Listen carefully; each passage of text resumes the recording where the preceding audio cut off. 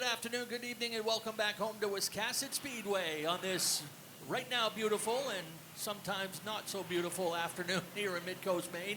We got some sunshine right now. Of course, we got some hit or miss stuff in the region, but we're going to do everything we can to get your show in. Things are looking pretty promising here on the remainder of the afternoon.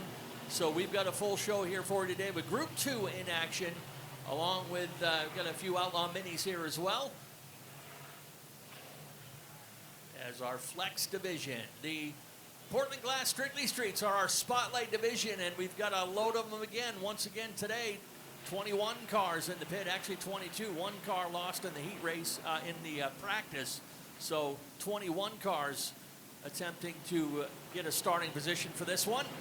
We've got Ethan Dinsmore in the 8, Brady Romano in the 78, Alex Cromwell in the 96, Chuck Wagstaff is in the number 31, Scott Eck in the number 27, Caleb Emerson Maines outside of the number 4, Mike Delano and David Greenleaf will round out the field here for heat number 1 of 3.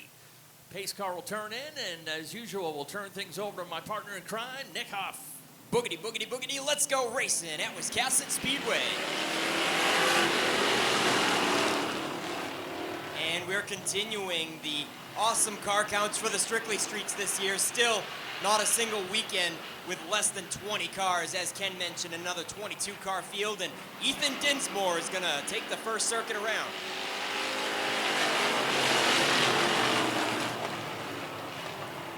Brady Romano stuck in the high line.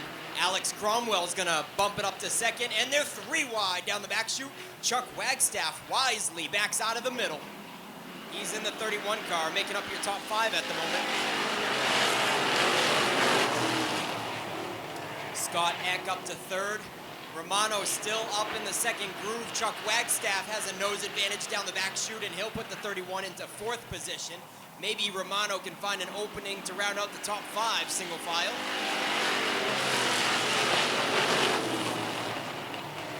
Back up front we go, and Dinsmore has a little company.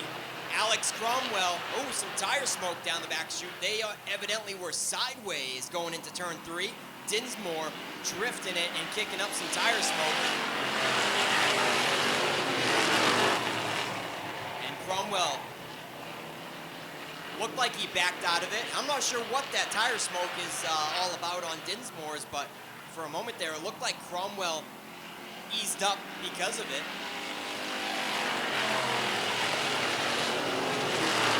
So Cromwell is going to rebound and bring it back up tight to the rear bumper once again. This one is far from over. He's going to shove it to the inside, showing some authority going into turn 3, and they are door handle to door handle at the line. Up on the curb, Cromwell goes, and he washes up in the middle of the corner, makes a little contact with the 8X, and they are beating and banging for the top spot with 3 laps left. Looks like Cromwell's gonna have the advantage out of 4 this time.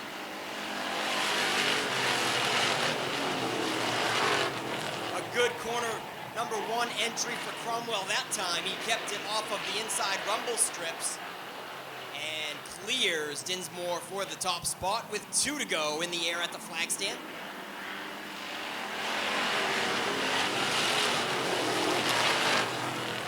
Dinsmore keeping him honest. Less than a car length between them as the 8X tries to maintain with Alex Cromwell, and Scott Eck also looks to be closing in ever so slightly, but there's only 1 lap left to this one.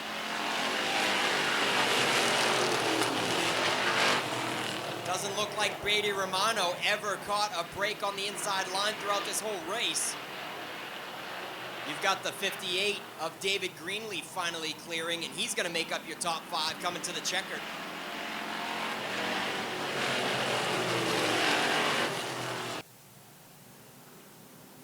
Yeah, Jeremy Glacier is the 2 weeks ago feature winner.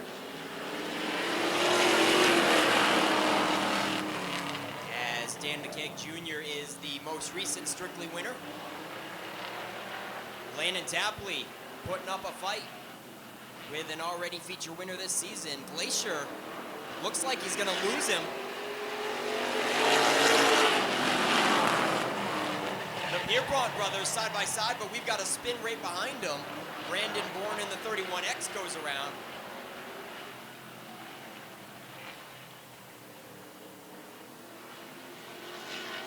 And it's going to be the first yellow of the day. Landon Tapley and Jeremy Glacier try it again.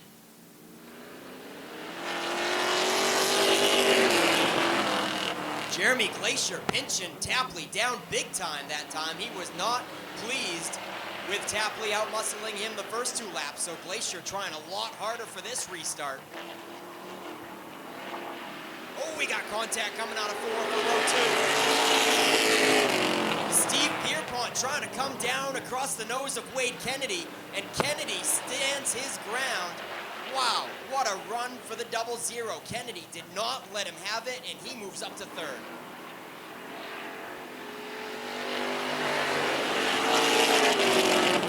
Steve Pierpont still can't get to the bottom. Zach Emerson fills the hole in the 23. Landon Tapley leads the way, and he looks to be pulling away ever so slightly over Glacier at the halfway flags.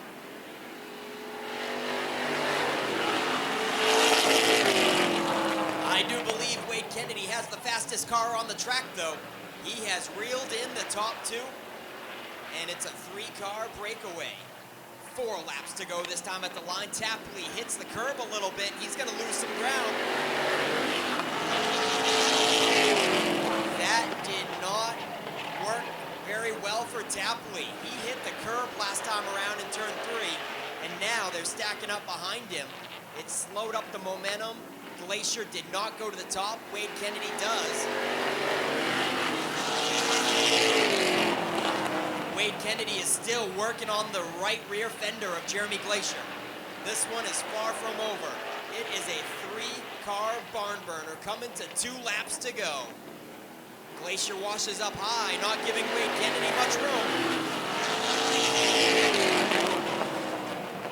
And they're single file once again, bumper to bumper. 1.5 laps left. I do believe Landon Tapley has picked up a heat race win already this season. Let's see if he can do it again.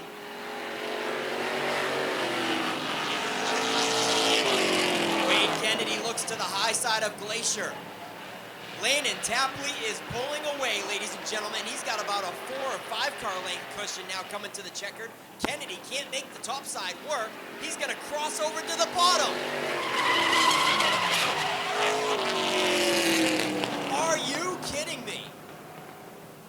Ladies and gentlemen, are you not entertained? Second place goes to Jeremy Glacier. Jeremy Glacier in reverse. I do believe he went across the line practically backwards. And we're going to turn him loose, this time at the line. And it doesn't get any closer than that. Mac Hannon Jr., Joe Harriman, Dan McKeag Jr., right there to fill the hole if Joe Harriman can't keep up on the high side. Harriman tries to get down going into 3. Can't quite do it. Oh, he's going to do it that time. McKeag Jr. was not quite there to fill the hole, and Harriman gets to the bottom. Mac Hannon Jr. in the Fisher Plows number 08 pulls away to a car or 2 car length cushion. And they're slamming into turn 1. McKeag Jr. finally got to the inside of Harriman. Harriman tried to come down. And a little bit of beating and banging going into the first corner, but everybody comes through clean and clear with Dan McKeag Jr. now up to 2nd.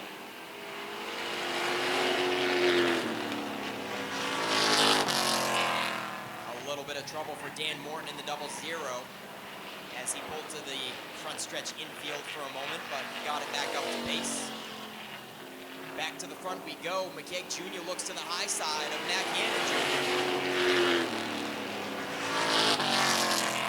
A couple of juniors up front. Gets to be a little bit of a tongue twister. Mac Hannon Jr. and Dan McKeag Jr. Almost fender to fender coming to the halfway flags.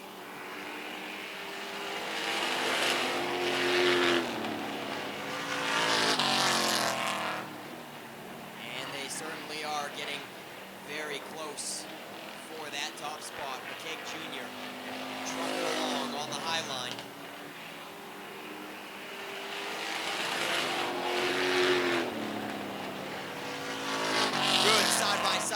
racing.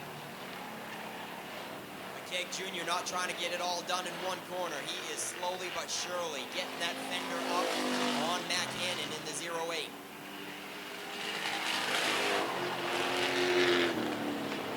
Sounds like somebody's motor is missing. One of those two cars, I believe, sounded like it was spitting and sputtering.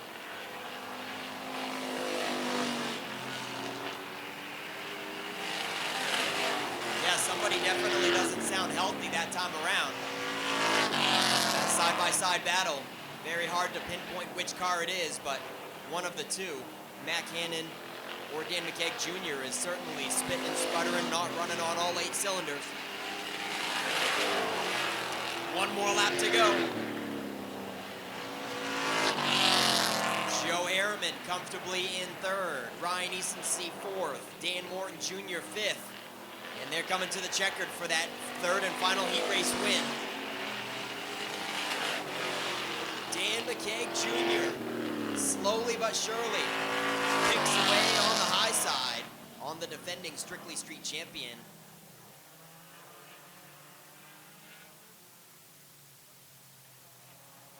All clear on the backstretch to the attention of flagman Dave Sturgis.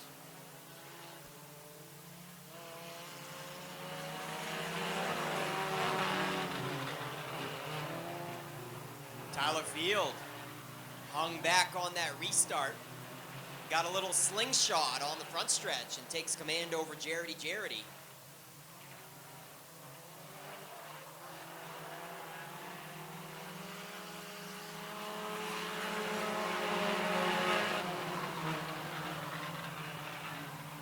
Jarity's keeping him honest though. Right up tight on the back bumper. And pretty shortly here, they're gonna have some more company. Here comes Chip Farrington in the 02, closing up on the top 2. Jarity washes way up high out of corner number 4. And Jarity in the 71 is gonna fall back out of the top 3. Here comes Alec Brown in the 39, wants a piece of the action with the top 2.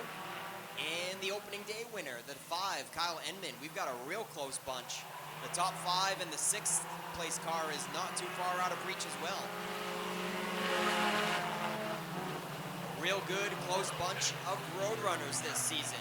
Chip Farrington finally gets through the field and starts to break away from the pack. Alec Brown as well climbs up to 2nd. Here comes Enman up to 3rd in the 5.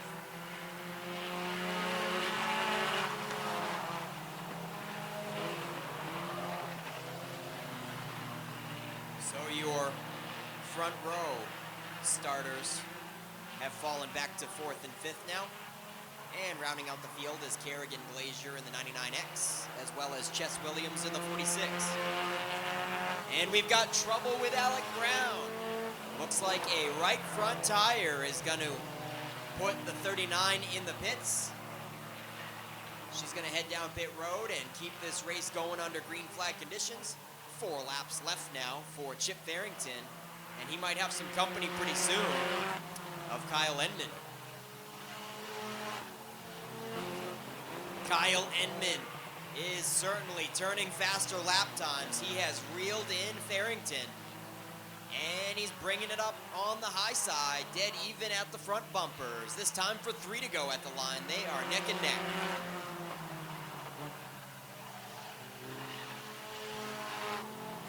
And Chip Farrington not going to put up much of a fight. Enman is going to motor around the high line and clear, this time going into turn 3. He's going to see the 2 laps to go flags in the air for the 5 of Kyle Enman.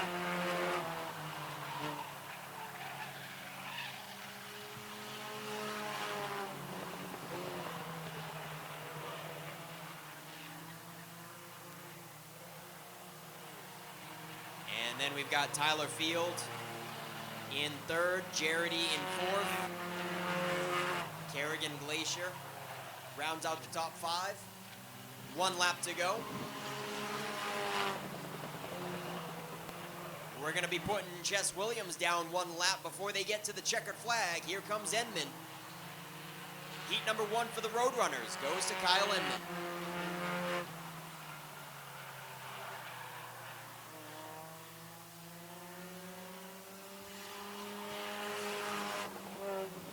In Heat 2, we've got Gavin Giroux in the 02, Dylan York in the 7X, Ken Turner in the 79, James Grover in the 66, Brandon Alley in the 23, Brooklyn Forbes in the 27, Logan O'Done and Cooper Bully, you bring up the back row.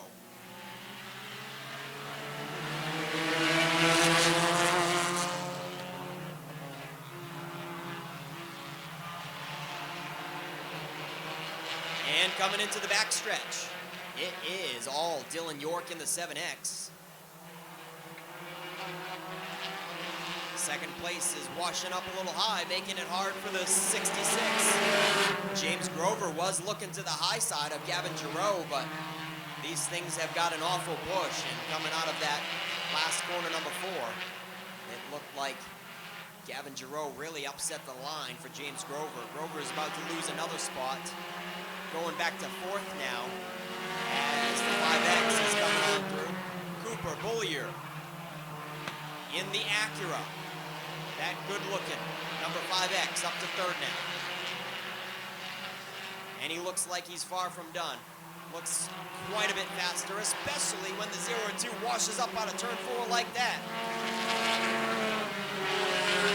Gavin Giroux in the 02X having a hard time keeping that car from washing up way up into the 3rd and 4th grooves. Let's see if it happens again coming out of 4. And he does it again, certainly making things easy for Bullier.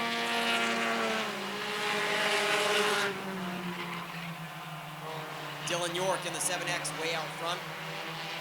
Him and Cooper Bullier have got their cars dialed in, but Gavin Giroux certainly has a massive push like a dump truck.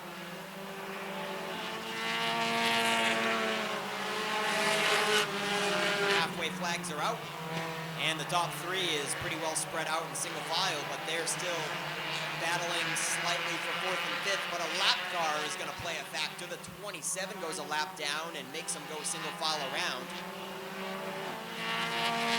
The 27F of Brooklyn Forbes disrupts the battle between the 27 of Logan O'Done and the 79 of Ken Turner. Logan O'Done takes over 4th and quickly reels in 3rd place.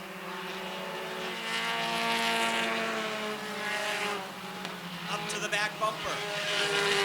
Logan O'Done on the back bumper of Gavin Giroux. Giroux up high again out of turn 2 and leaves that 3rd place position to O'Done. Almost into the wall. Giroux went on the backstretch. 2 laps to go. This race is all Dylan York in the 7X, turning a lap time of 19.6 versus a 19.7 for your 2nd place car. So certainly the fastest car out there is likely going to get this win. Logan O'Done sitting in 3rd, and maybe I spoke too soon, ladies and gentlemen. Logan O'Done in 3rd place is actually the fastest car on the track with a 19.5 last time around. But checkered flag is going to fly for Dylan York.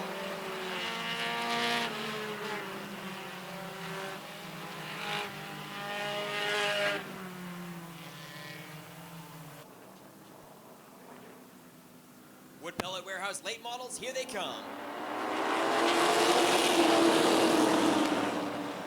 Murphy awfully sluggish on that start. Will Collins shoots out of there like a cannon.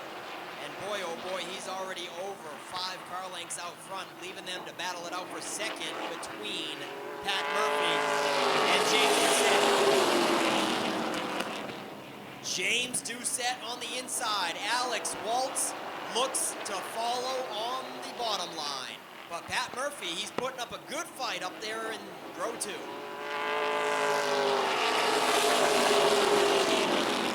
Up in the 2nd groove. Doucette might have something this time with a good run out of corner 2. Alex Waltz right up tight, as well as Brandon Bailey in the mix in the 32.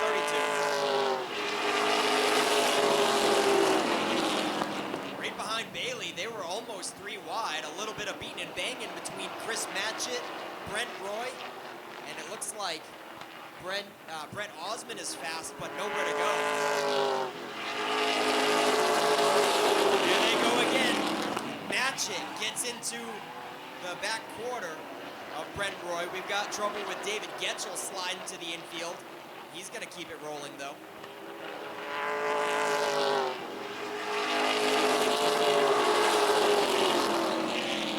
Oh, man. Brent Roy pulls it up alongside Patrick Murphy. He's going to get in behind him and a big wreck to the backstretch wall. Oh, man. Yeah, I think Brent Roy is tapping the roof, folks. But I don't know if it applies. We'll see if the officials call it a 2-car spin or a 3-car spin. But Brent Roy was tapping the roof. James Doucette in the 28 will give a challenge to the defending late model champion. And in row 2, it's Alex Waltz and Brandon Bailey looking for the green flag this time around. Pace car pulls in. Let's go.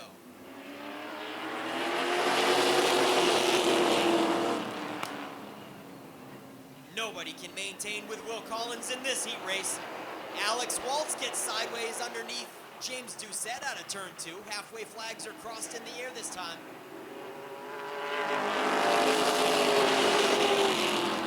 Alex Waltz and Brandon Bailey move up to second and third.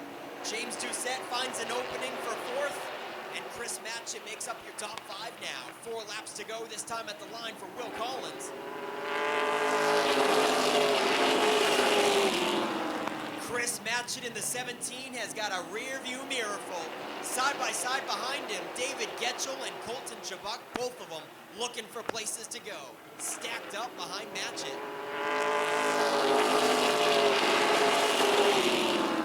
Colton Chabuk is making the second groove work. He brings it up alongside Chris Matchett. Chabuk looking to crack the top 5 now. 2 laps to go for Collins this time.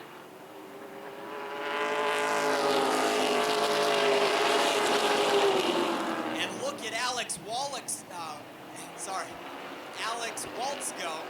Alex Waltz is actually closing in on Collins. This is one of the best runs we've seen from the 00 this season.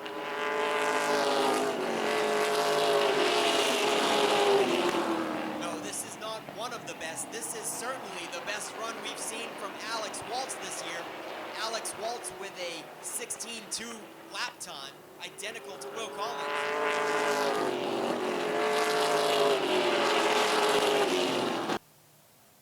Certainly 2 heats of 10 cars and even 20-car field tonight for the Wood Pellet Warehouse late models. Here they come, Chad Dow and Chris Burgess.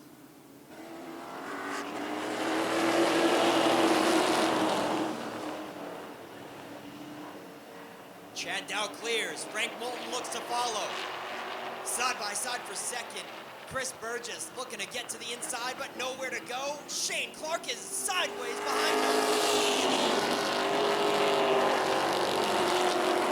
Shane Clark had his hands full going right and left before it finally went to the infield grass, and he comes to a halt on the corner 4 exit.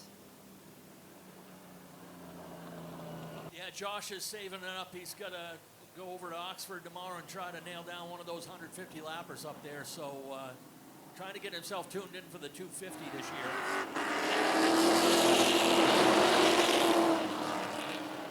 Chad Dow once again takes command at the drop of the green. Frank Moulton has plenty of room behind him to get to the inside and pick up the draft.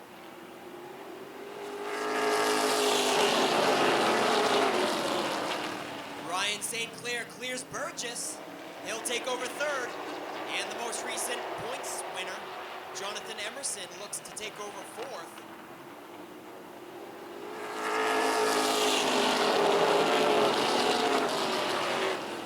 Chad Dow holding off the charge from Frankie Moulton. A little wobble out of turn 2. Dow holds onto it, but Frankie Moulton is keeping it up tight on the bumper, and he looks to the inside.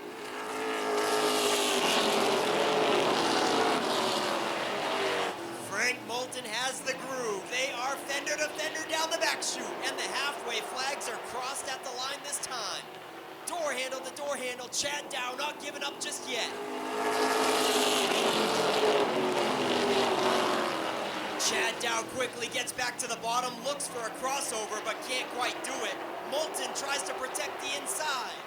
Ryan St. Clair is right there as well.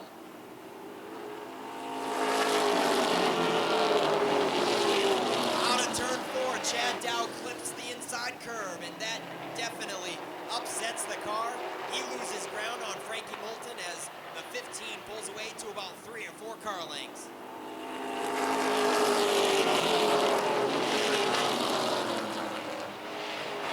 Chad Dow has his hands full. They are stacking up behind him. Here comes Ryan St. Clair looking to the high side with 2 laps left.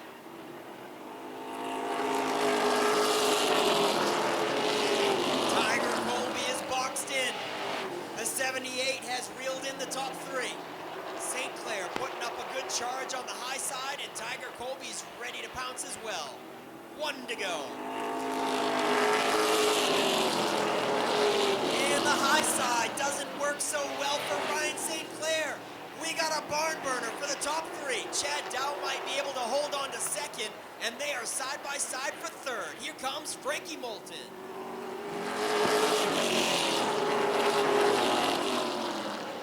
And Chad Dow keeps them stacked up behind him. A photo finish goes to Ryan St. Clair for 3rd place. We're good to go.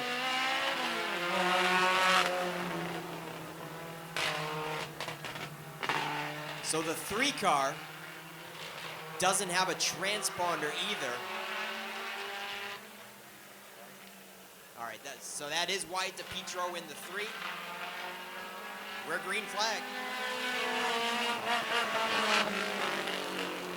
This is going to be their 20-lap feature, folks. Outlaw Minis. Jeff Farrington leads the way in the 0X.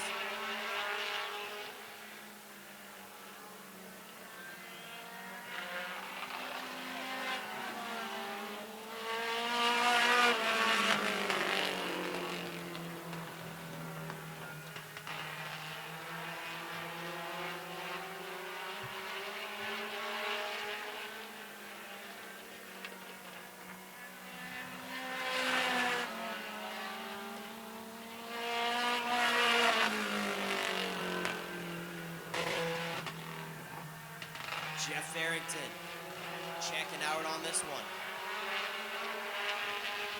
Ryan Keniston with a new car in the 8.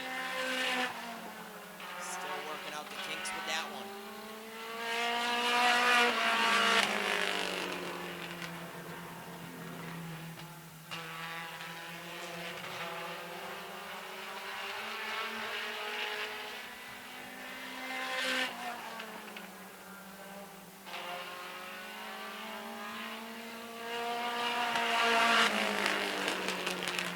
Warehouse is a huge supporter of the raceway, our official sponsor of the late model class. And Wood Pellet Warehouse was founded by the Barker family, and they are proud to be one of Maine's oldest and biggest independent pellet dealers. Wood Pellet Warehouse is a family business, and they focus all their time and attention on helping Maine customers with their wood pellet needs. To find more information on Wood Pellet Warehouse, go to www.bringthepellets.com. Make sure to support the businesses that support Wiscasset Speedway, including Wood Pellet Warehouse. Wyatt DePietro gets underneath Ryan Keniston and takes over second.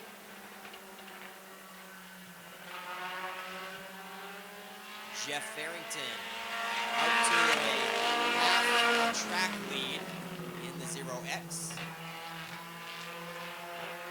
17.7 for lap times for Jeff Farrington.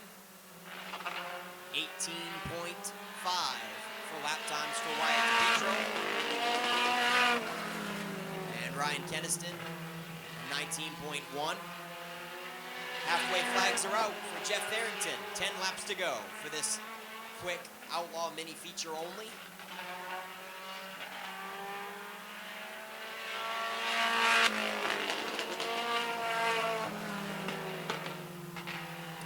Be sure to visit the newly expanded Wiscasset Speedway souvenir booth, stocked full of items to help commemorate your visit to Wiscasset Speedway with t-shirts, sweatshirts, hoodies, vests, jackets, knit hats, and ball caps, all in a wide variety of sizes and colors. There's also toys and other items for the kids, including checkered flags, toy race cars, and new Wiscasset Speedway teddy bears at the Wiscasset Speedway souvenir booth.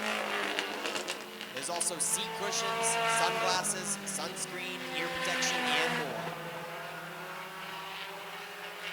New item this season, get the Wiscasset Speedway travel mugs that will get you 50 cents off of each time that you get a coffee refill here at the track. You can get the official Wiscasset Speedway travel mug and get 50 cents off a coffee every time you visit the raceway for your coffee refills. Ryan Keniston goes down a lap to Jeff Farrington.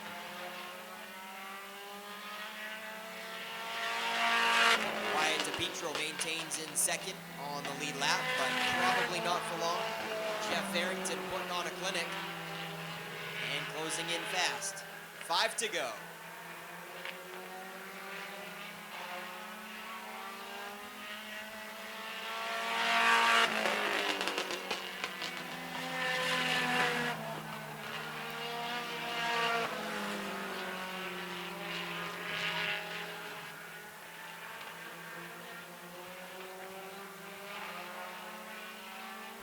Two to go for Jeff Farrington.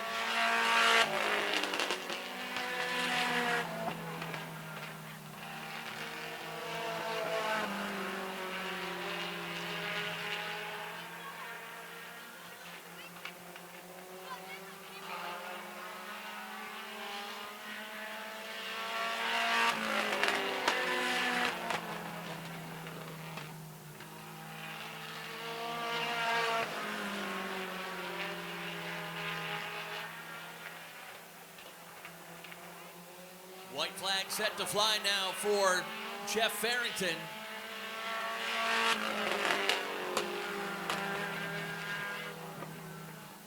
Driving the same car that he ran to a runner-up finish and Rookie of the Year honors last year in the Outlaw Mini Division. Final time out of turn 4, checkers ready to fly. Farrington will get the win. Ryan Keniston will finish in second. We'll check that Wyatt DePietro.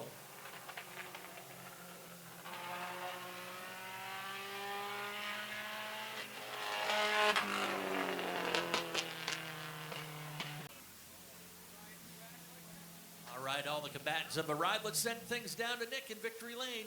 All right, give him a round of applause, everybody. Jeff Farrington. Alrighty, Jeff. Well, you're going to help us out to get some Outlaw Minis for the second race of the season? I hope so. I'm glad we got out here to race, and this one's for my old man. Love you. I'm sorry for your loss there, Jeff. When did you lose him? A couple days before Christmas. It was a tough Christmas for sure, and thanks for Jordan and Vanessa putting this place on. They just keep adding to it and making this place just amazing. I guess I'll have to move up. All right, awesome win for Jeff Farrington in memory of his dad. Congratulations, buddy. Runner-up honors, Wyatt DePietro. Had one little good race there where you passed Ryan Keniston on the bottom. Did you have a good time out there? Yeah, it was good to get a decent finish for once, but only with 3 cars is kind of sad. Yep. Do you know of any that are sitting around that you could help promote and get some more out here? There might be a couple at the garage, but that's about it. There's some running around, but no one really showed today. All right, Wyatt, any sponsors you want to thank on this? I know that they're not on the ride, but maybe they're in the back of your mind. I gotta thank my dad, DePietro Bear and Fab, my mom and my dad and my uncle for coming out and helping out, and Chris and everyone. All right, Wyatt DePietro, everybody.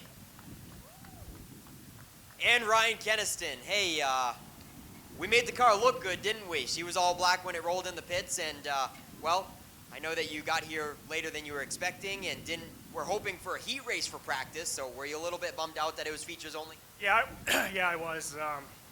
It is what it is. We finished the car this morning, so gotta win the battle so we can. Well, did you learn anything from that feature to tweak and adjust on for the next one? It's very loose. We gotta do some work on the right rear, that's for sure. All right, any sponsors for the number 8? Yep, Kennison Sun Trucking, DeBeecher Repair and Fab, and that's pretty much it. You for the decals. I appreciate that this morning. Yeah, we slapped these number 8s and his name on the door on just like an hour ago. So awesome job, Ryan. Good job. Let's get some pictures in front of the winning number 0X. Yeah, Ken, that guy is comfortable up in the air in a helicopter or a plane. He's also a professional skydiver, and he says he's done over 4,000 jumps out of the plane. Slow start for the inside line. Faith Cleaves holds up the inside, and Chad Bourne is going to be followed by Reno for 1 and 2.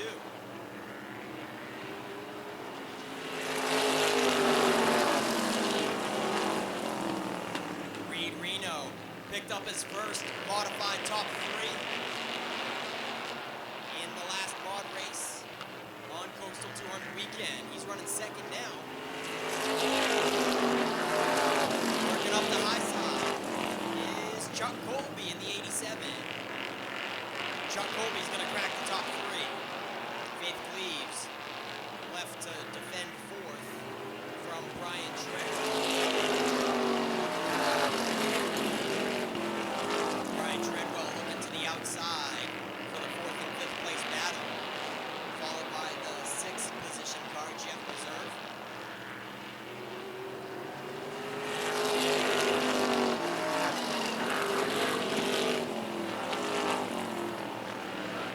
Reed Reno keeping Chad Bourne honest. Both of them clicking off a 16.1 lap time.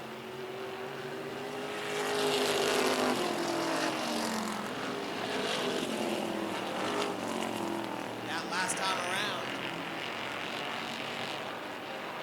Reed Reno was certainly faster. 16.1 versus a 16.3.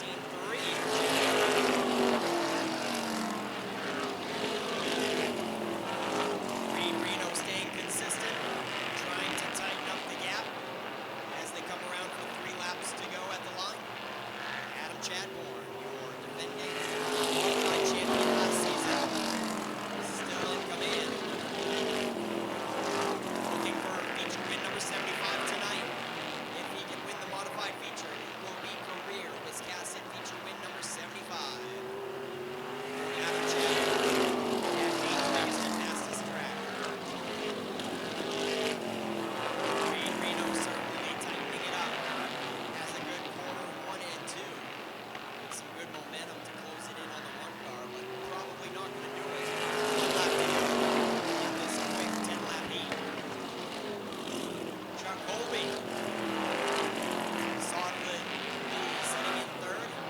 His lap times are about 16.4 last time around. Checkered flag 5.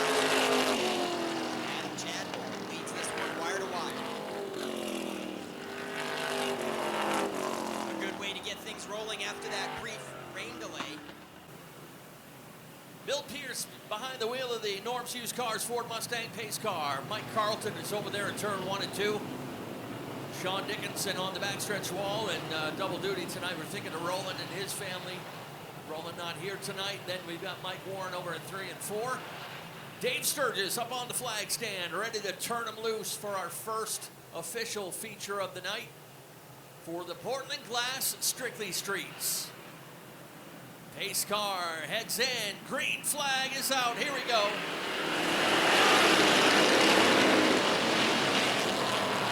Oh, Eck gets kicked up out of line in the 27, and he is going to drop several positions. Several spots on the 27 as they remain 3 wide mid-pack. In the meantime, the 96 of Alex Cromwell showing the way. Wagstaff up to 2nd, Greenleaf 3rd. Delano takes advantage. Mike Delano, that is, in the 27 takes advantage to go to 4th. Emerson Maines 5th. Remember, they get 10 extra laps tonight in the feature. Normally 25, they get 35 tonight. Delano drifts up wide, opens the bottom side. Still keeps that bottom side exposed. like a problem between the 34 and the 8. Both drivers head away and continue on. In the meantime, a side-by-side battle, now 3 wide for the 3rd position. And the number 4 of Caleb Emerson Maines takes that spot over, brings the inside lane with him. That's the 99 of Glazier and the 23 of Zach Emerson all following.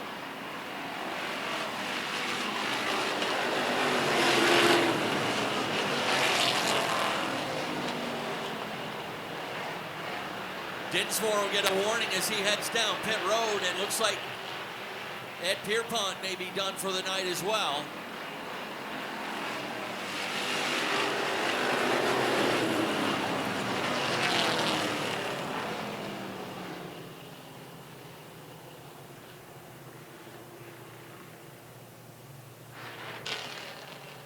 Lights off on the pace car, ready to get back at it. Now Cromwell and Wagstaff on the front row. Row 2 now consists of Caleb Emerson Maines and Jeremy Glazier. Emerson and Greenleaf on row 3 on the restart. Back at it.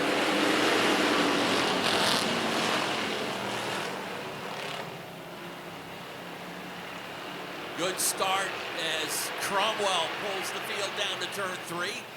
That 4 car sneaking up the inside rail. That's Caleb Emerson Maines. Started 8th. He's now in 2nd. Still some heavy hitters locked deep in the field, looking for their progress. Now Emerson Maines switches lanes and looks to the outside of the race leader.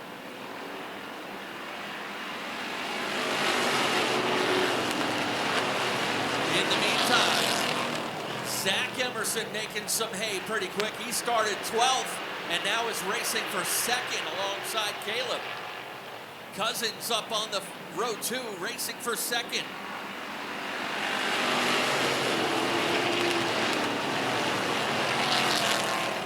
Landon Tapley in the 25 right there in the mix as well. Looks like Dan Morton is going to tap out and head down pit road. Yeah, he was smoking. And Ethan Dinsmore, he's got a good tire rub going on too with some smoke. Now we'll have to keep an eye on that. In the meantime, Alex Cromwell showing the way. Zach Emerson all alone in 2nd now. Landon Tapley has snuck up there to take over 3rd.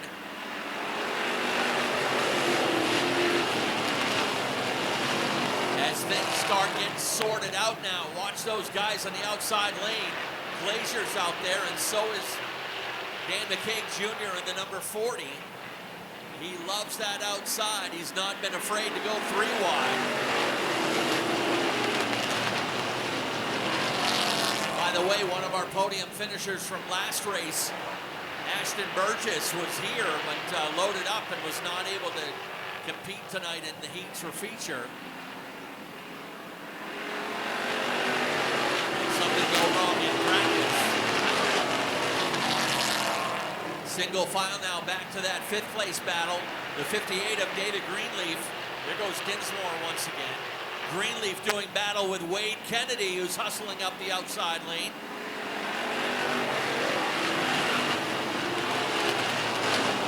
Kennedy started this race back in 11th, is now racing wheel to wheel for a top 5 position. Alex Cromwell leading the train, little slip in turn 4.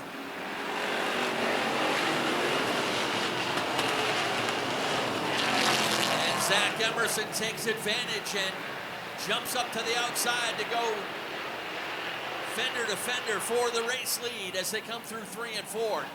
Landon Tapley right there with him.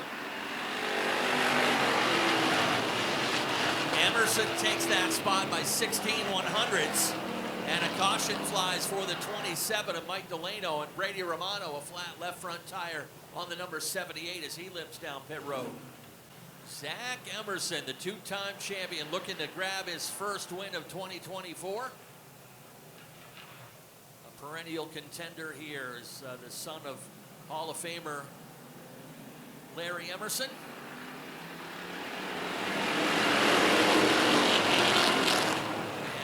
The father of late model star Jonathan Emerson. back underway, and Zach will lead them down first time through, although Cromwell hanging tough on the outside, leaning on Tapley. There's some contact between those two. And what did I tell you about McCaig? He loves it 3 wide when he has a chance.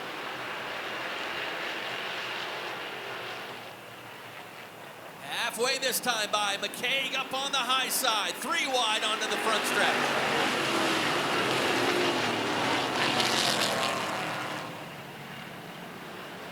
Just outside the top 5 and looking in. Emerson, Tapley, and now Kennedy, 1, 2, 3.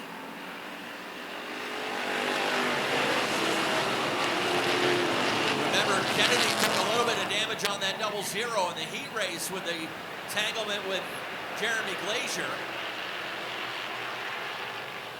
Now that open lane on the outside is clear for McCaig.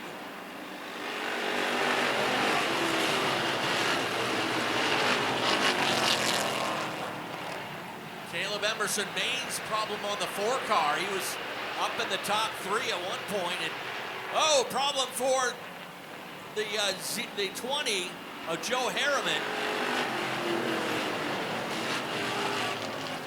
Pond heading off, tough break for him, for the former heavyweight Demon champion. Ran some modifieds 2 or 3 years ago.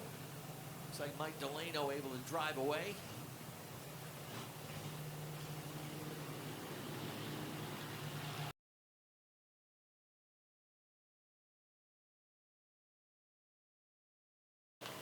The heavy hitters have sifted their way up toward the front. Wade Kennedy restarts in 3rd. Mac Hannon Jr. to his outside, and Dan McCaig Jr. in the 5th spot now as we restart with 20 laps complete.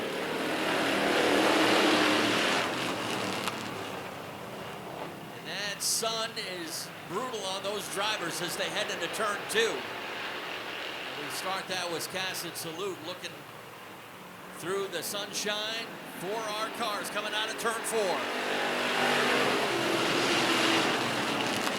Emerson with the lead. Kennedy on his heels. Tapley trying to hang on the outside. Little advantage on the low line. McCaig is in that line now as well. He and one of his best buddies, Wade Kennedy, hoping to share a spot in victory lane once again tonight at Wisconsin Speedway. Kennedy looks to the outside, now out of turn 4.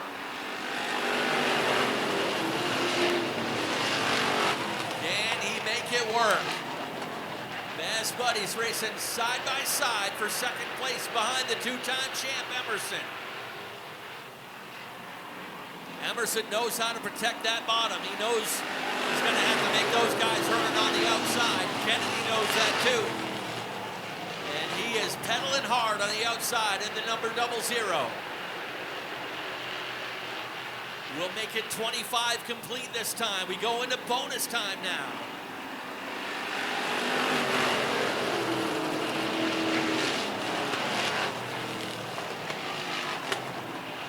Neither driver giving up the ghost to try to get the lead from Zach Emerson.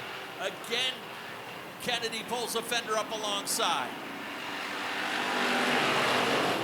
Contact into turn number 1.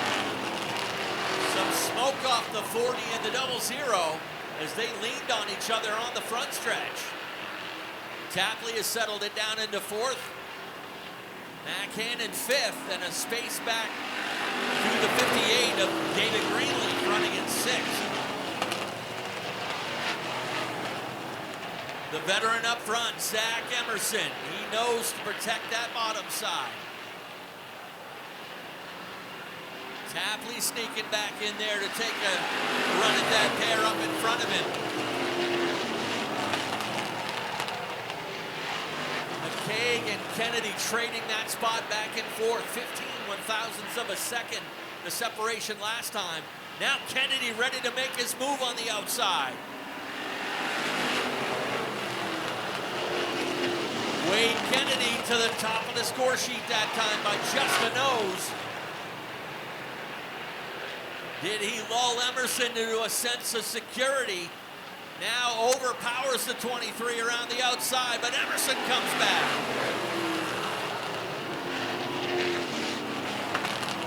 Wade Kennedy trying to grab the win away from the two-time champion.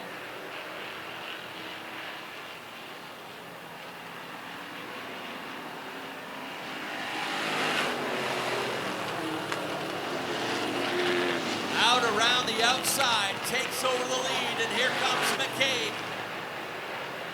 The two will settle it in the closing laps. Kennedy was a two-time winner last year.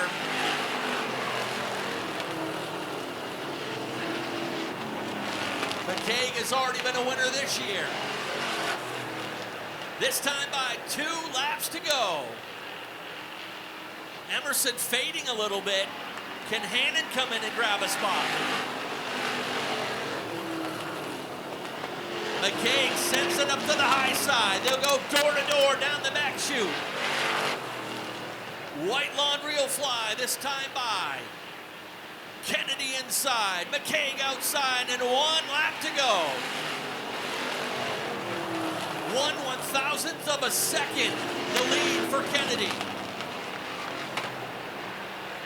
McCabe gets a really good run down to turn 3. Here they come. A little slip from Kennedy. McCabe will get the win. What a race. What a race between those guys up front. Run from 17th to the win. He took the win on the last lap pass. Let's send things trackside. Nick Huff's got your top 3. Yeah, Dan McCaig Jr. put on a good show. I still got goosebumps from it. That was a heck of a race.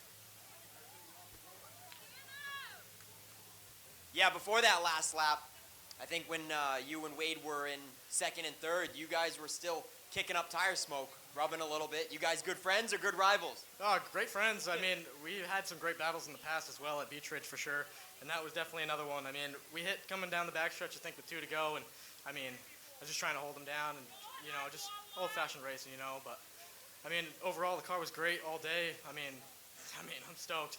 Come from the back to get a win like this is awesome.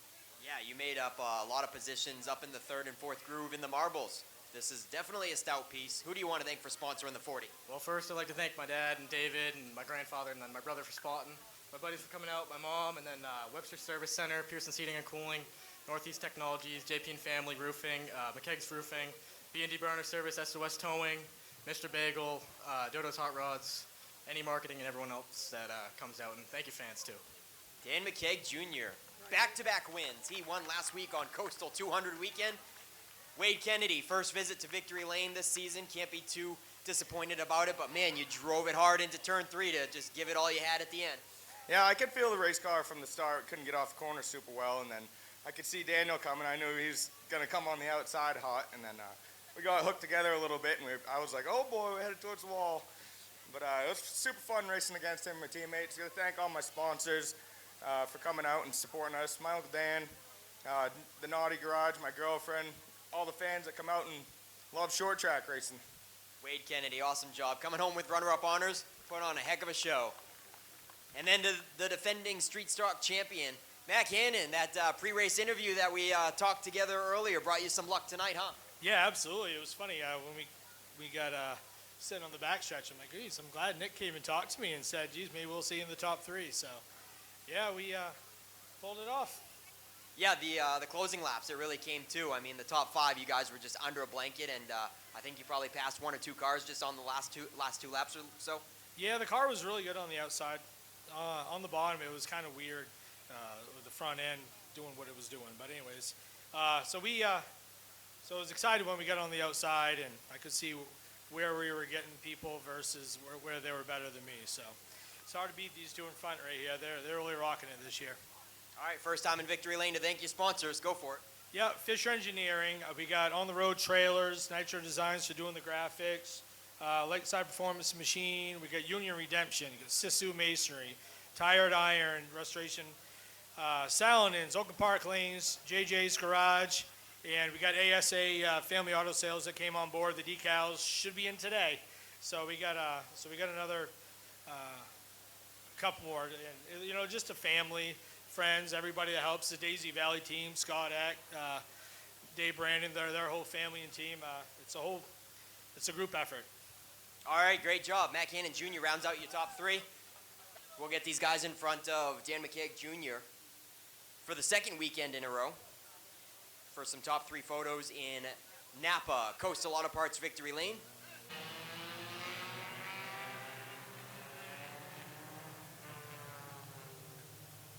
Pace car ready to take its turn in, and a couple of fast cars up on the front row after a tough week 4 weeks ago. Kyle Edmund and Chip Farrington.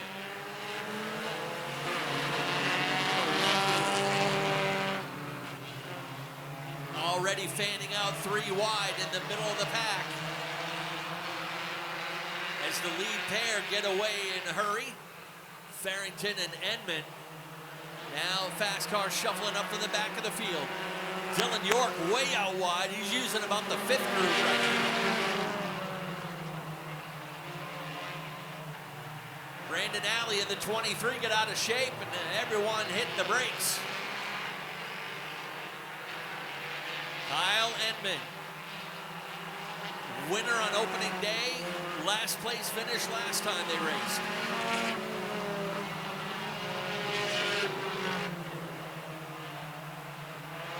Got the number 02 of Gavin Giroux has moved up into the 3rd position. Then comes the 46 of Chess Williams.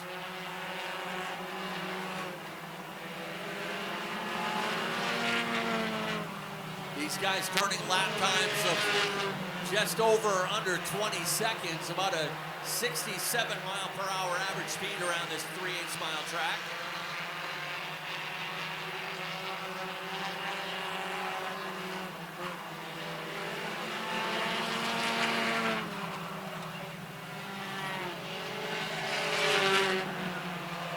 These Roadrunners last couple years were eligible to run the Enduro, but with our Enduro rules saying not for regular racers, because this is now a regular weekly division here in Wisconsin, these drivers are not eligible to race in the Enduros.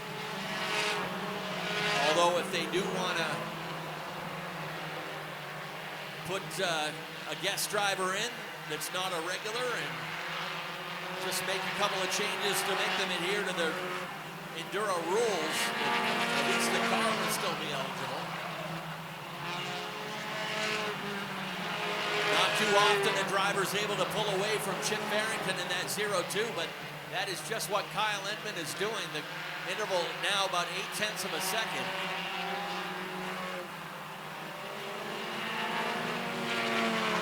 And again, Dylan York using a lot of racetrack in that 7X.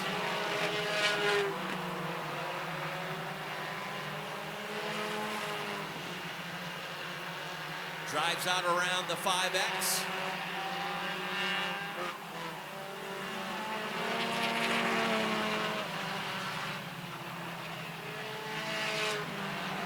York is now up into the 5th position. Dylan started back in 9th.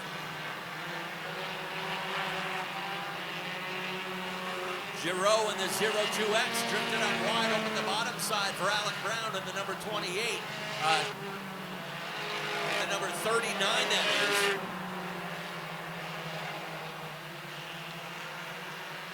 As Kyle Edmund now starts knocking a few cars a lap down, working on the outside of Kerrigan Glacier, and then Tyler Field, the next one in the number 78.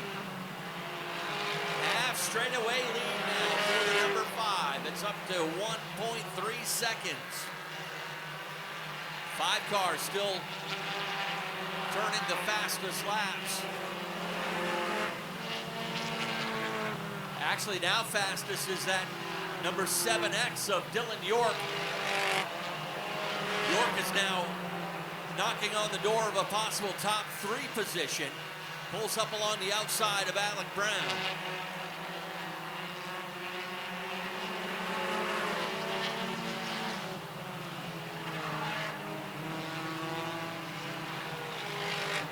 Dylan York had a little bit of a problem there last time by. Was off the pace a little bit, had to gather things back up. He runs in 4th position. We got a caution. It's the 46 of Chess Williams catching the backstretch wall. Yeah, I believe that was a single car incident.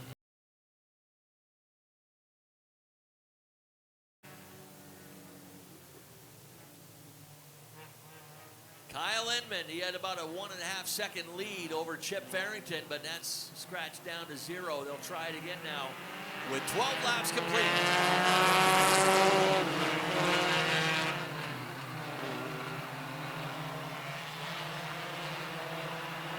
Once again, Inman up to the task, shakes off the challenge, and they'll hit the halfway marker this time by. Farrington gets kicked up on a line by Alec Brown.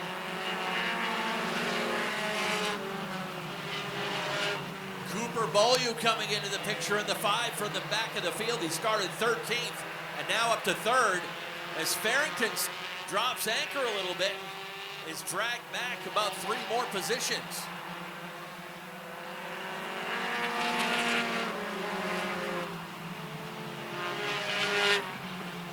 Alec Brown holding 2nd, Beaulieu 3rd. Then comes Dylan York, your most recent winner, and then number 7. York is up to 4th, little slip in turn 4 though, sends him way up wide. And yes, what would you do if you came out of turn 4 in the 5th groove? You drop right back down to the bottom groove going into turn 1. That's the way they taught you in racing school, right?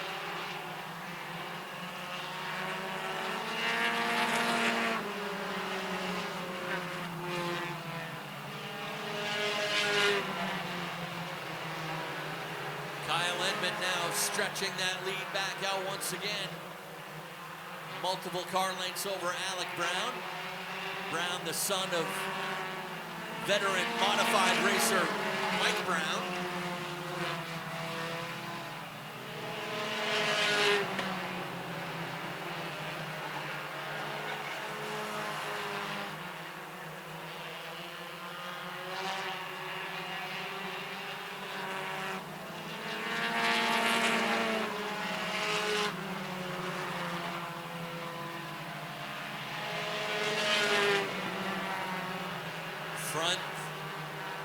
The leader, Inman, all alone, but a good battle for 2nd, 3rd, and 4th.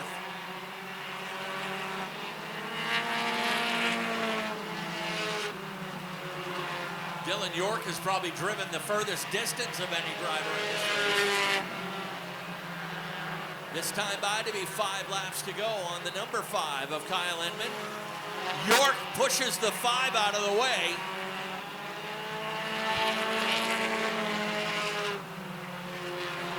And the 5 goes right back at him.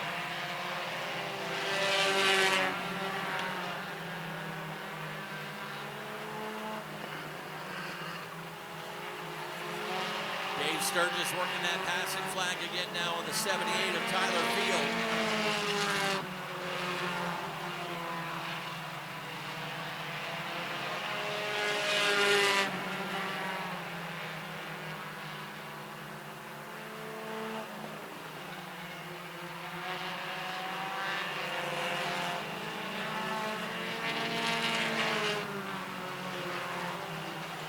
This next time by to be 2 laps to go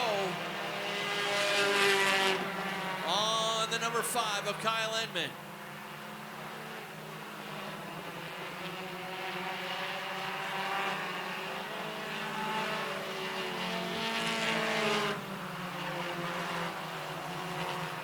Little slip from Dylan York again, coming through turn 1. White laundry ready to fly one more time for Kyle Inman.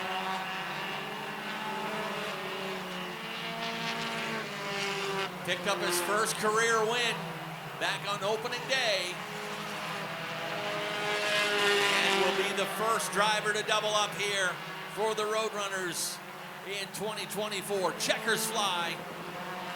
Inman gets the win.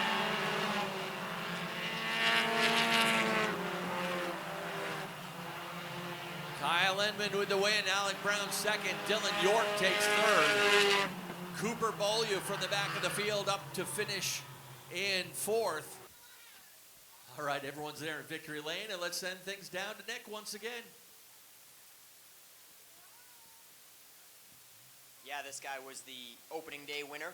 Just picked up his first career checkered flag award in the drivers' meeting earlier today, a new award that we're giving away at the track. And, well, sorry to say, Kyle, I'm not going to be able to give you another one, but wave that flag high and proud. Kyle Enman picks up win number 2 on the season. Kyle, it looked pretty smooth sailing for you. Not much competition could keep up with you for second place. Yeah, that late race restart there had me a little nervous, but car seems to be going pretty good. I got to thank my mom, it's her birthday, my father, all the Emersons, my beautiful wife, my kids, MD Grand Prix Services, Tick Patrol, Yankee Yard Works, ABG Heating and Cooling, anybody else that's helped me. All right, yeah, nice looking ride. The number 5, win number 2 for his career. As we've talked about, Adam Chadbourne's might get win number 75 today, so long ways to go, but hopefully he has a long career at Wiscasset Speedway just like that as well. So, on to runner-up honors, Alec Brown. Nice run. Looked pretty exciting there midway through. A lot of passing going on. Yeah, coming from 7th to 2nd, wow, that was big. I wheeled this thing after today's luck, blew 2 right front tires in the first practice and in the heat. To come back to this is great.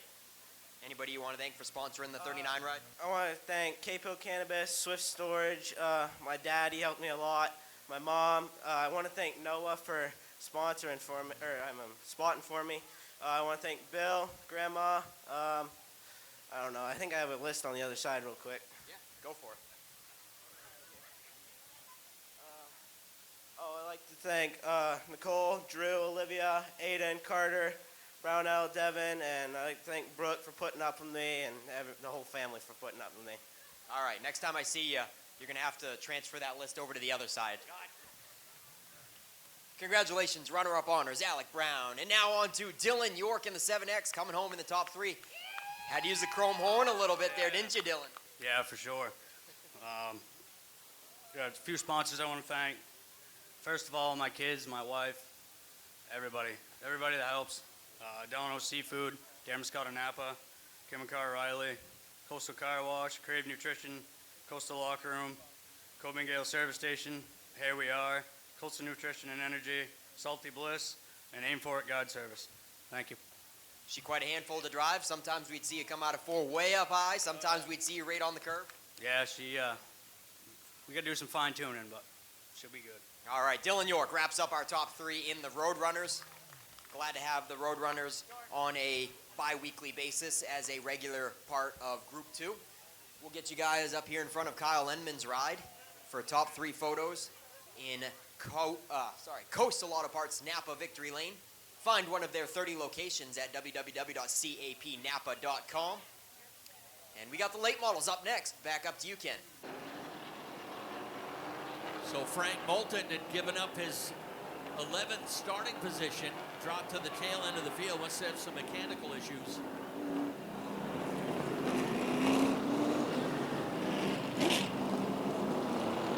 The lights are on and we're ready to turn these late model sportsmen loose, coming off the big Coastal 200 a couple of weeks ago.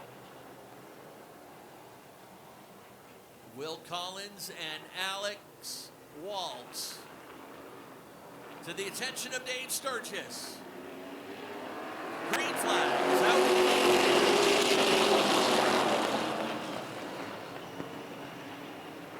Trouble for the 05 and a couple cars stacking up there. And multiple car wreck up there in turn 2.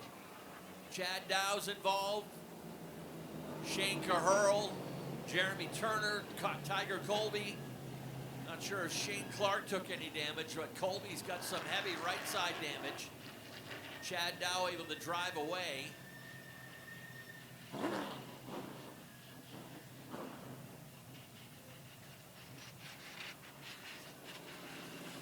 Left front damage on the 39 of Chad Dow. Looks like he maybe got up under the 0.5 of Brett Osmond and set off a chain reaction.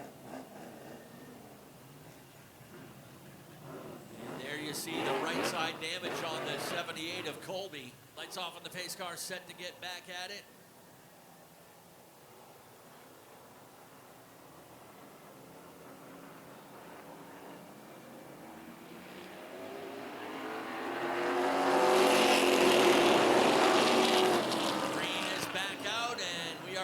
Underway.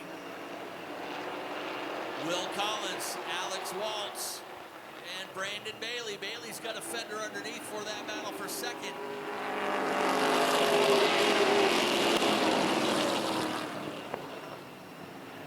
Waltz in the clear now. Alex settles it down into second. Let's see if his good run from the heat race can carry over here in the feature.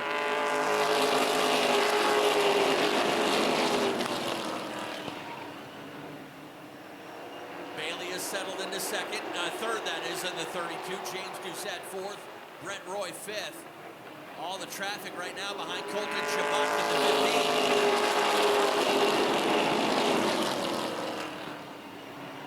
the 15. Shabbat's got the sixth position, being challenged by Brett Osmond in the 0.5.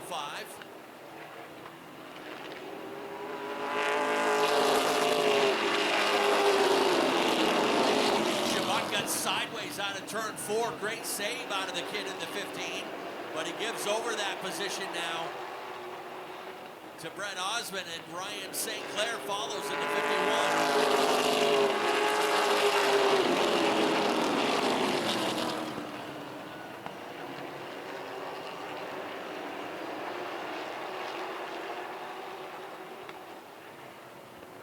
Single file now. Step back to the 24.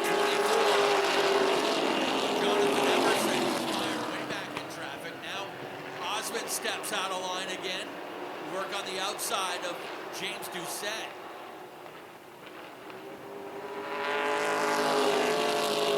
That'll put Osmond into the top 5. St. Clair still right there with him on his tracks.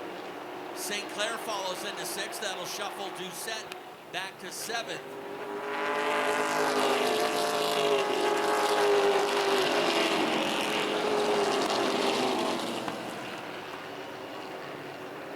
Our two early season winners are struggling in the tail end of the field, Jonathan Emerson and Frank Bolton. Back there in 13th and 15th now. How about Alex Waltz in that 0-0, keeping pace with the race leader?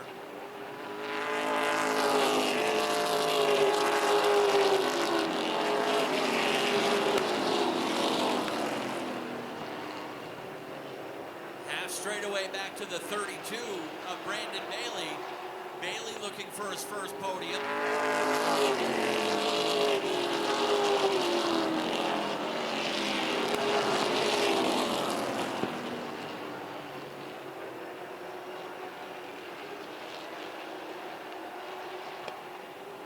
Things getting sorted out.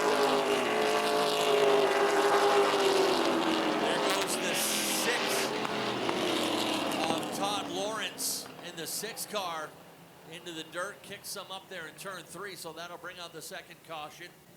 As they sit right now, we could have all fresh faces in victory lane. I would certainly love to see all new people to interview in the top 3 tonight, as well as Brent Roy's in 4th. He hasn't landed a top 3 in quite a while either. We'll find out as we get it back underway. Pace car is in. Green flag is out. Emerson made it out just in time.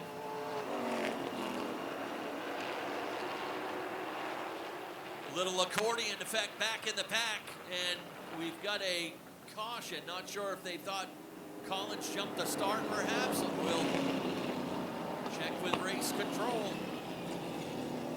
Yeah, that accordion effect that you just talked about. I think Colton Jabuk might have known that it was a false start sooner than anybody, and that could have been bad, as Dave Getchell and Frank Moulton were coming up on behind him with a full head of steam. Yeah, so they called no start on that lead pair, so they'll flip row 1 and row 2. Dave Sturgis ready to turn them loose once again. Bailey and Roy.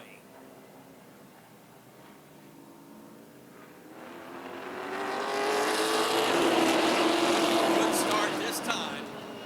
We are off and running once again. Fast track to the inside. Bailey takes the lead for himself. Collins sneaking up the inside. Waltz has nowhere to go right now. Oh, contact. Brent Roy and Will Collins get together. They actually pit right beside each other down in the pit area. Roy trying to get down in line, but Collins gets back underneath.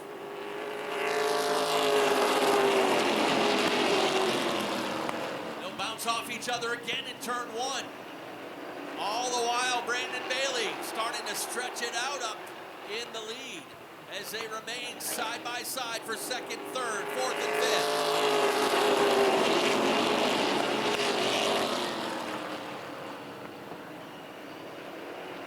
Alex Waltz still looking racy in that 0-0 on the outside of Brett Osmond.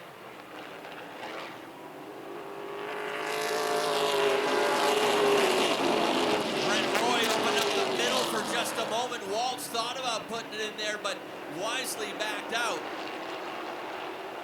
Roy trying to get in line in front of Brett Osmond. He does, but just barely. 3 wide into turn 1. Brent Roy stuck in the middle, and Alex Waltz drives around him. So now it's Bailey, Collins, and a side-by-side race for third and fourth.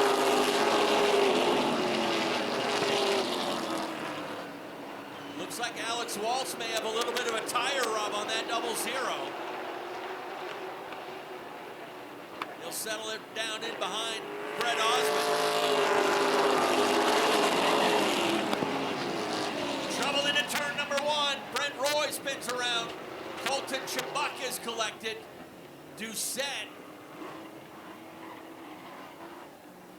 Matchett able to drive away. Brent Roy, his day went from good to bad in a hurry as he was struggling with the handle on that car. James Doucette apparently doesn't know we're red yet. Able to pull away. There's Colton Chabuk climbing up out of the 15 car. Frustrating day for him as he had a strong piece today. Safety crew will get over there to check on the 26 of Brent Roy.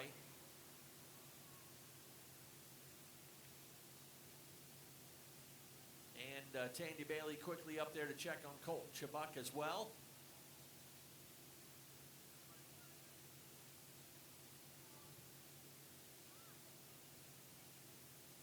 Been a good season so far for these late models, but a rough night for sure.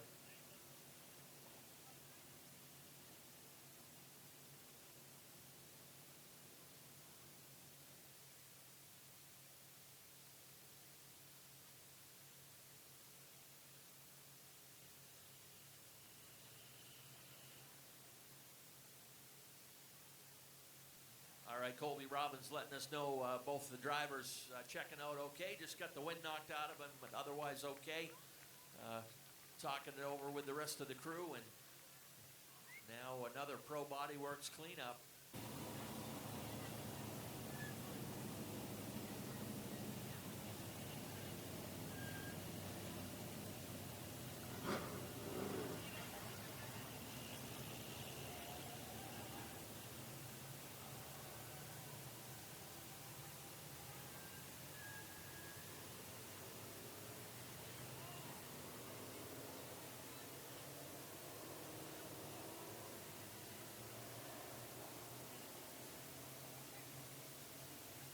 There you see the significant damage on the 26 of Brent Roy.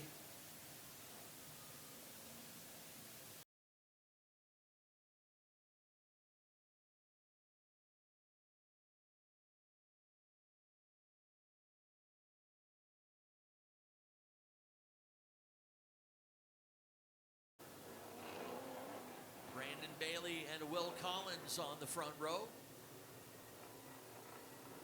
Brett Osmond, Alex Waltz on row 2. Pace car coming in.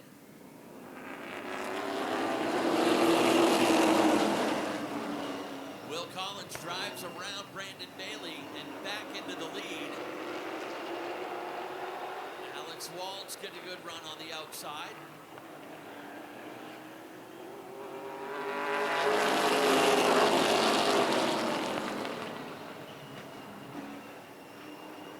Waltz even up with Bailey as they go down the back chute.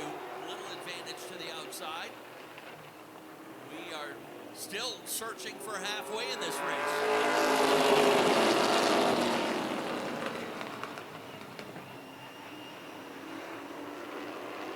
This time by, it'll be halfway, and Alex Waltz is putting on a show on the outside of the defending champion.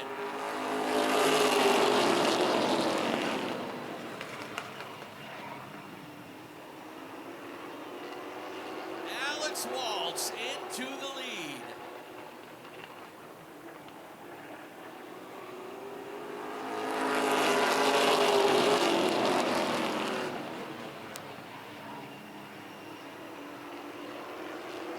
Here comes Frank Moulton around the outside as well as Collins starts to fade. Remember, Moulton gave up his starting spot and actually started 20th, and he has patiently worked his way up into second.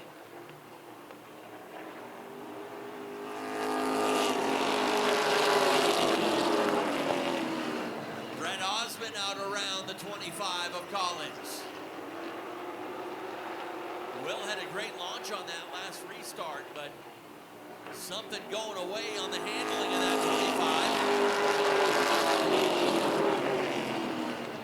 25. Bailey has faded all the way back as well. Bailey's outside the top 5 now.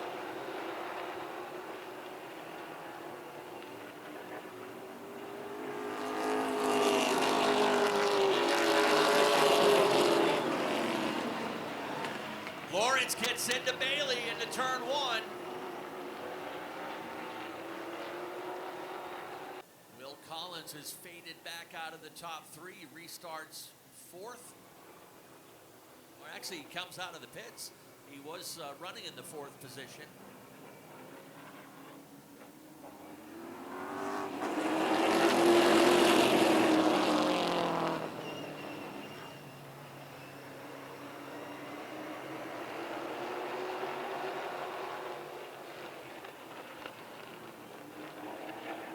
And Moulton still stay side by side. Waltz with a little bit of an advantage, 29 1,000s at the line that time. Brett Osmond has 3rd all to himself. Ryan St. Clair racing it out with the 24 of Jonathan Emerson.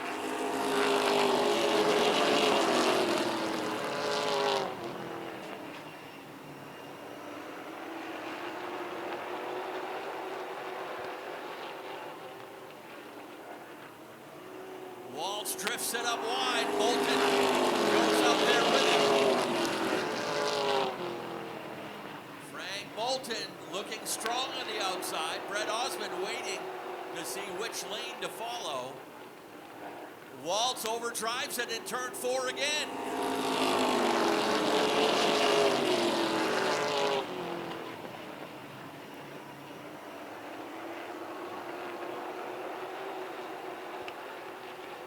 Frank Moulton patiently working that outside lane. Not quite clear. This time gets a good run. Waltz got sideways again. 10 laps to go.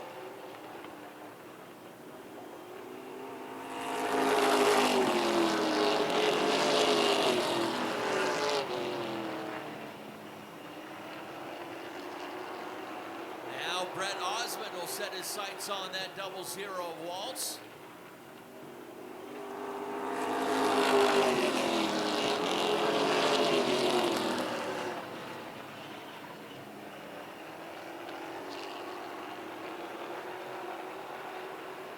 Will Collins It's another disappointing finish for the reigning champion.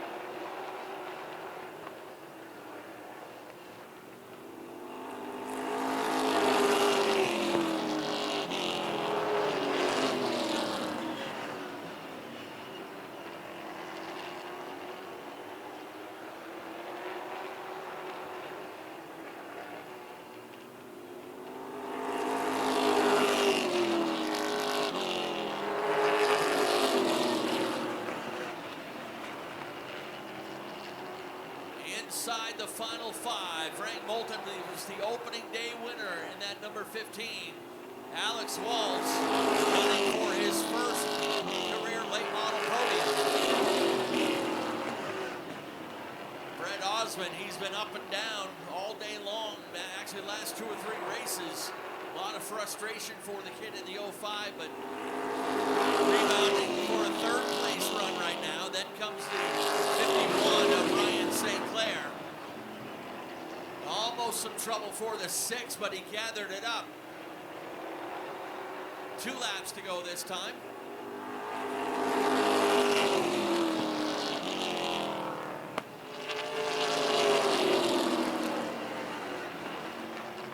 Alex Waltz loading up for one more try.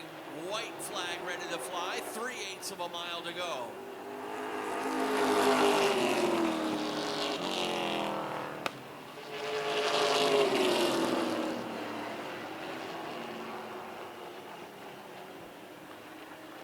Checkered flag ready to fly.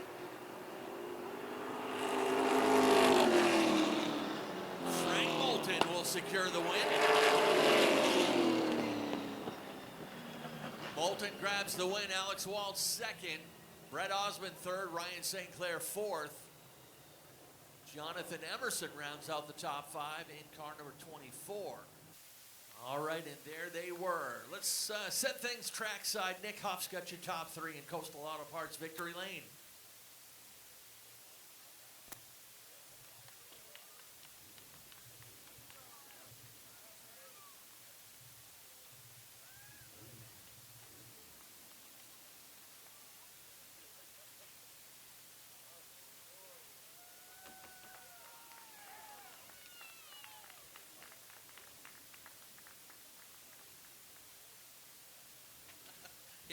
I guess it's been one of those nights the late models barely make it to the end of the race, and looks like the wireless microphone didn't. Nick's heading back down. He's younger. He can run up and down these steps.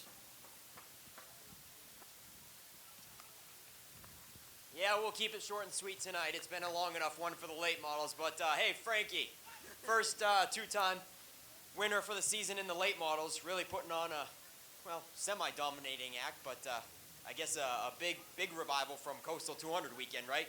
Yeah, we just kind of missed the tires and stuff. I didn't really change that much, and we came back, and it's good again, so I'm happy about that. Yep. All right, who do you want to thank for sponsoring your ride? I got Survey Inc., of course, Bill and Bonnie.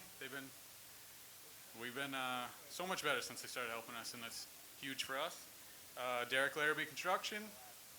The Hair Room, my sister, she missed another win, so she's going to be so mad. Max Cookson gave us some calipers. Hilltop Auto, T&L, bought us some tires for the Coastal. Just everybody that helps. My mom, Susie, my dad, he does so much. We've been doing this forever together, and we got put to the back there at the beginning, and we were kind of mad, but it all worked out. That it certainly did. Frankie Moulton, first 2-time winner in the late models this season. And it wasn't easy. This guy had to make him work for it. Alex, man, what did you do to this car? I mean, you were all modest after the heat race. I came and tried to interview you and cheer you up, and you were just like, yeah, well, we'll see in the feature. But you really had something tonight. Yeah, maybe it wasn't such a bad thing that you came over, but the guys put it back together. I got to thank Paul and my grandfather. They worked on it more than I did this week to get it all back together, and Jeff up the distance, helped us get it straightened back out, and it definitely went pretty good. We could have used a few more laps. Yeah, I mean, you lost a little bit, but then coming to the checkered, it looked like you had another good momentum on the high side, so I think another couple laps on the top, you would have had him. Yeah, I think I had to collect myself a little bit after fighting on the bottom there and figure it back out again.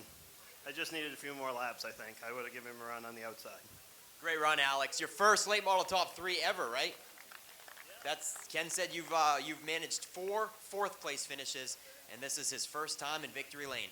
Brett Osmond, oh man, must be some good redemption after that heat race too, huh, for you? Yeah, definitely a good way to end the night. I'm happy with it. Just didn't have enough speed to catch up those two at the end. But congratulations on both. They definitely deserved it, and it's good to see red and white race cars in victory lane. All right, any sponsors you want to thank on the 05? Yeah, I got to thank Oysters, Raw Bar and Bubbly, Red's Eats, Ward & Sons Builders, Kill Tire, McCain Electric, Bill's Garage, Laid Back Lumber. If I'm forgetting anybody, sorry. Then everybody that helped after the heat race. My dad, Steve, Pete, Pat, Connor, and Aiden, Andy, everybody helped us get this car back together to come out here. I think we're going the right direction, just need to find some speed off. All right, Brett Osmond gets another top 3 on his 2024 season. We'll get Brett and Alex up here in front of Frankie Moulton's winning number 15 for the late model Coastal Auto Parts Napa Victory Lane. One guy that not able to make it here to race with the mods tonight, Scott Trask, messaged me a bit under the weather, a slight injury that prevented him from being able to race tonight, but checked in to say hi. Off and running, off we go. Little problem for Faith Cleaves at the drop of the green. And she drops back a couple spots already. Brian Treadwell moves up to second.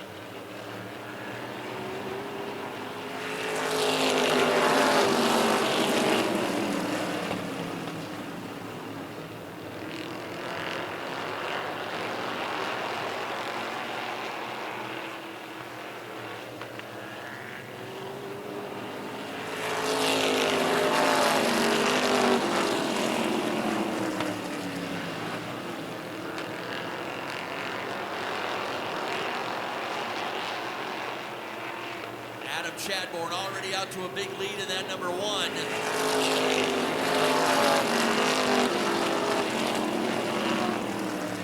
An important milestone win is in the crosshairs of his quest tonight.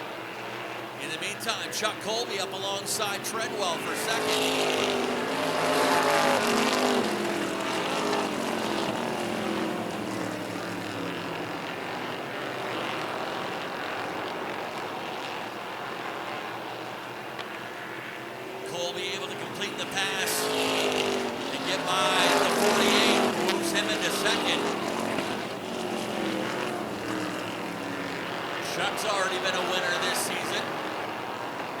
Into the weekend as the point leader, 2 points to the good on Adam Chadbourne.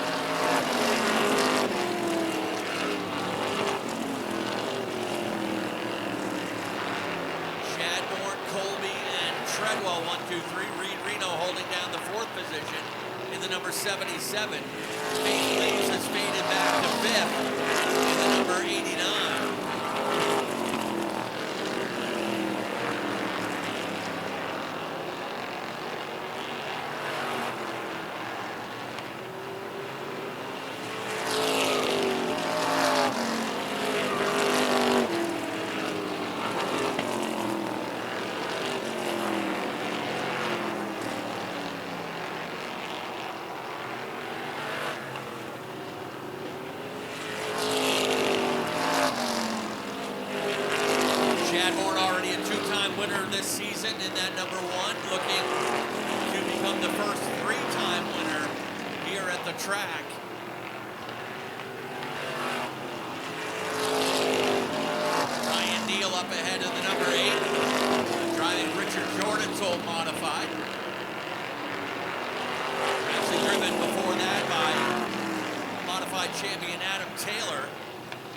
Jason Taylor, that is.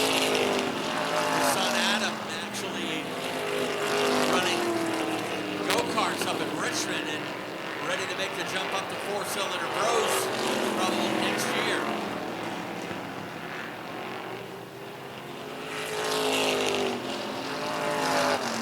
Working the passing flag now on that number 8.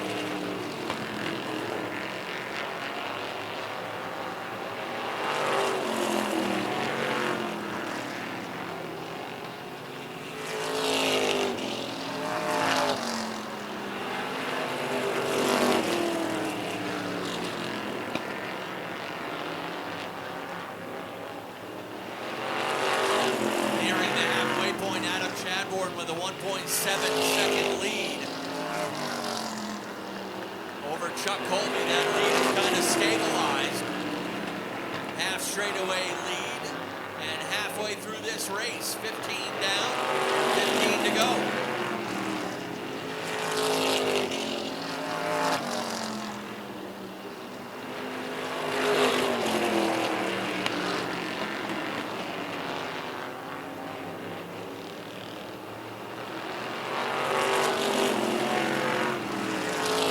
Next driver up in the crosshairs is the number 8 of Doug Phillips.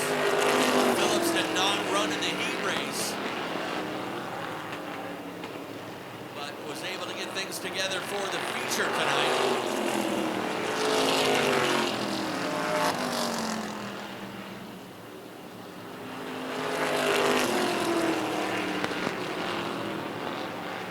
Adam Chadbourne actually started to stretch out that advantage now over Chuck Colby.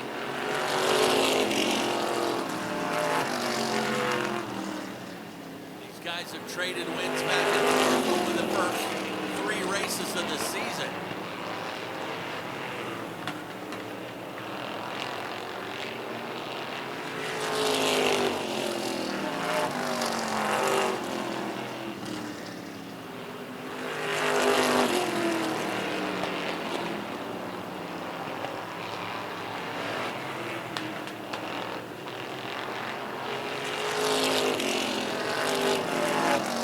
Working the passing flag now with the 44 of Jeff Meserve. Meserve, last year's Rookie of the Year in the 44.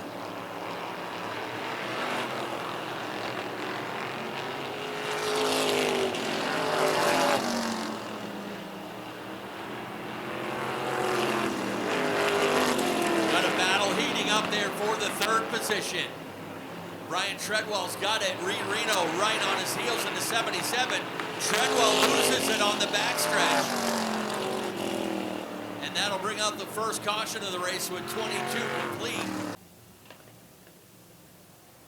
Has gradually been putting in the track time, the practice time, the working on the car as well to make his debut tonight. Yeah, he says that Richard's like a second father to him. So I asked him if he's taken Richard skydiving yet. Haven't gotten Richard up there yet.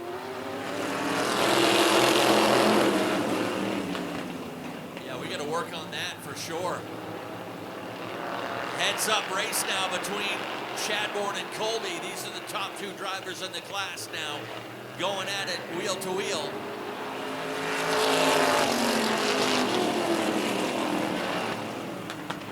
Colby settles it down right behind Adam Chadbourne. Chadbourne had nearly a full straightaway cushion over the 87.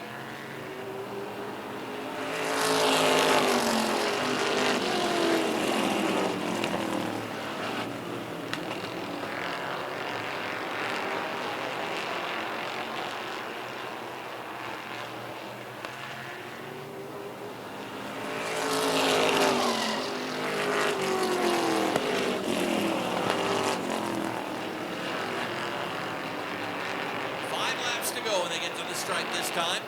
3rd place is still up for grabs. Faith Cleaves has got it. Reed Reno is right there giving chase.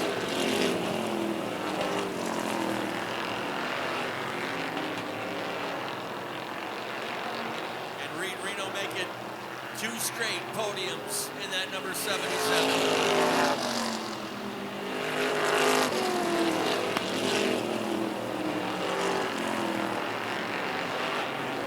Even up onto the backstretch. Still a little advantage for the 89 on the inside. Faith trying to get her first podium of the season. She's a former Rookie of the Year here in the Modified. 2 laps to go this time by for Adam Chadbourne.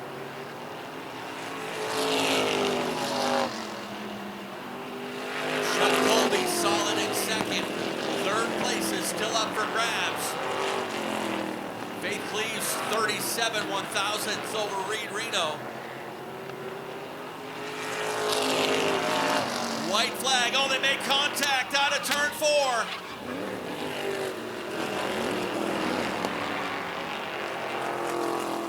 And that will bring out caution and checkers. The field is frozen at 29 laps complete. Raw fuel burning out the exhaust of that number 89.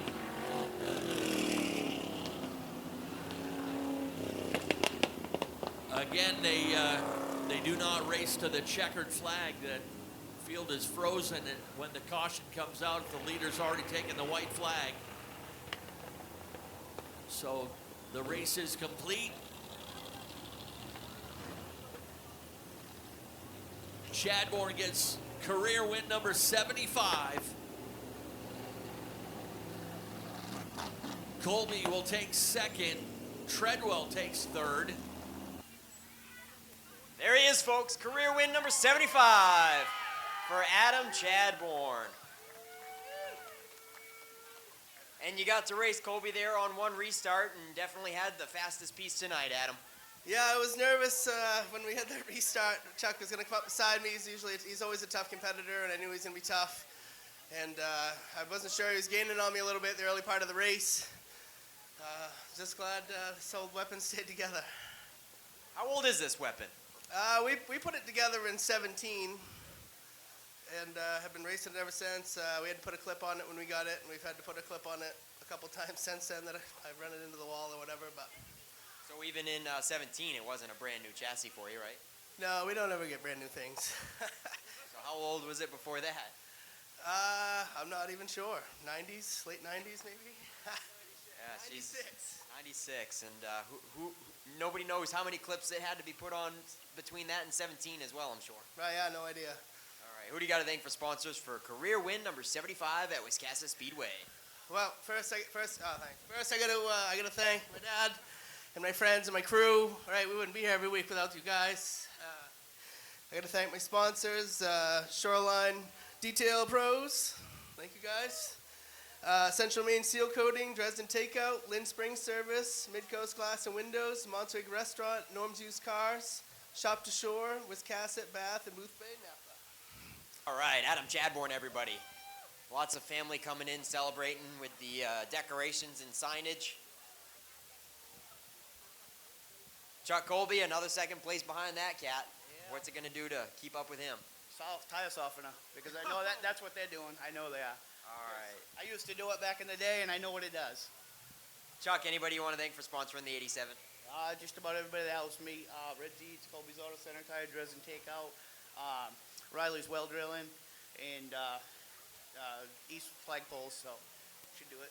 All right, Chuck Colby. Finishes runner-up honors in the mods tonight. Another one for him. Couple of second-place finishes this season. Brian Treadwell, man, sure after that backstretch spin, you didn't think you'd wind up here. No, I wasn't quite sure. I wasn't quite sure. It's quite far back there. I wasn't quite sure. Yeah, tell us, what was your take on that one? It happens. Just stuff happens. Anybody you want to thank for sponsoring the 48 for another top 3 this season? Obviously, my parents, KB, who else we have. Who else you got, Dad Joe? Oh, I don't even know what he said. Canby Auto, Brett Alexander, Bob Alexander, because this ain't the car we normally run. Our other car burned up in their garage, so just glad to get back into victory lane. Yes, that's for sure. All right, a lot of people lost for words in victory lane tonight, that's for sure. It's been a hectic and stressful one. This is going to do it. Back up in front of Adam Chadbourne's ride for some top 3 photos in Coastal Auto Parts Napa Victory Lane. And, well, everybody, hope you get home safely. It's been a wild ride tonight. Ken, back up to you, my friend. All right, thank you, Nick Huff. Congratulations to our top 3 down to Victory Lane, and a big congrats to Adam Chadbourne, a career win number 75. He is in rarefied air here in the history of Wiscasset Speedway. So one final time on behalf of Richard and Vanessa Jordan and the entire staff here at Wiscasset Speedway, thank you for coming. Thank you for making it through the rain delays and other delays. And hope you guys had a good time. And we'll see you next week here at Wiscasset Speedway.